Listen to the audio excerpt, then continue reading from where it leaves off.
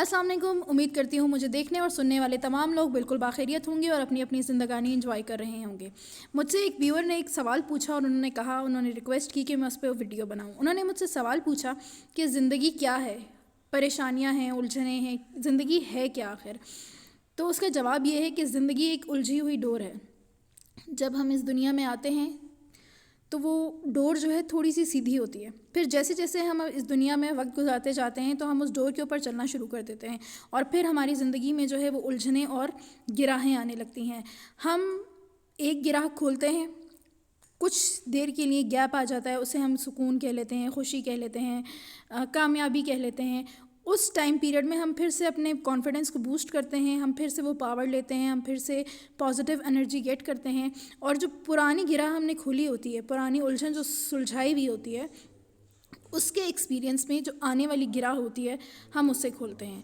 तो ज़िंदगी जो है वो एक डोर है जिसमें आपको हर कदम पे थोड़े थोड़े टाइम के बाद आपको कोई गिराह, कोई उलझन मिलेगी और आपको उस पहेली को, उस उलझन को सुलझाते हुए उस डोर पे चलते जाना है। जब हमने अपनी ज़िंदगी शुरू की थी तो वो डोर जो है वो बिल्कुल सीधी थी, उसमें कोई गिराह, कोई उलझन नहीं थी। लेकिन जैसे जैसे आगे बढ़ते कई गिराहें, उलझनें आती रहीं, जिसे हम अपने कॉन्फिडेंस से, अपनी पॉजिटिव एनर्जी से, अपने पुराने एक्सपीरियंसेस से, अपने माइंड से, अपनी प्योरिटी से, अपनी कोशिशों से, अपनी काविश से और हिम्मत ना हार कर जो है उन उलझनों को सुलझाते जाएंगे। और जब वो डोर फिर से सीधी हो जाएगी तो वो हमारा एंड होगा। डोर के उस कोने तक का सफ़र जो है वो ज़िंदगी है।